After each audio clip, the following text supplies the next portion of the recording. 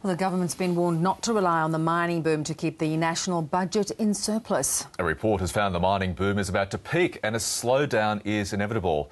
Political correspondent Melissa Clarke joins us now from Canberra. Melissa, welcome back. Now, firstly, this report paints a very grim picture for that treasured budget surplus.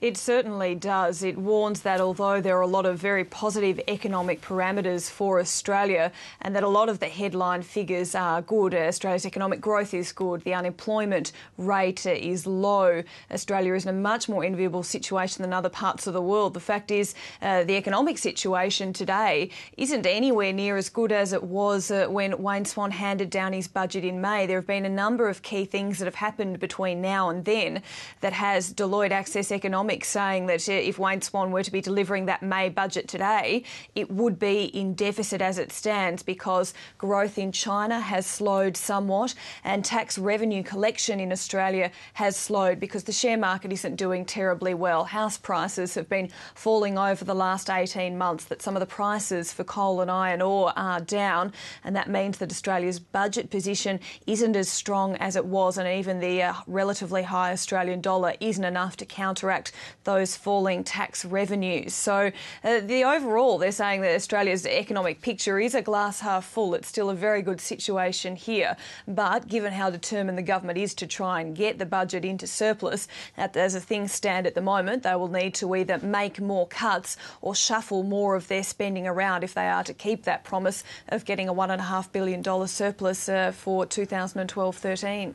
Now, the report also holds out the hope of at least one more interest rate cut if the economic situation remains the same as it has been, say, for the last 6 months. And that is very much dependent on Europe remaining steady and China's growth not collapsing. And the report makes it clear that it's quite possible that Europe may well fall apart. It says it's heading in the direction of disaster and that Europe's moment of truth is coming quite close.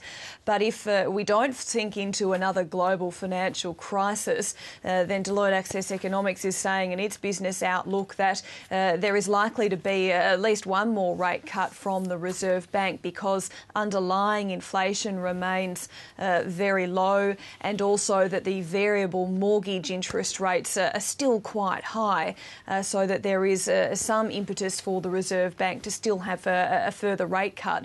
But it also warns not anyone to expect any further large rate cuts like we've seen in recent times of 0.5% even in big chunks. They've made it clear that Australia's economic situation doesn't really give room for that. And when we look where we are in the world, it's more likely we will start seeing interest rates head in the opposite direction as we get further down the track, on the big proviso that Europe doesn't come tumbling down and bringing the global economy into another crisis. A big proviso, Melissa. It's great to have you back. We'll see you a bit later in the program.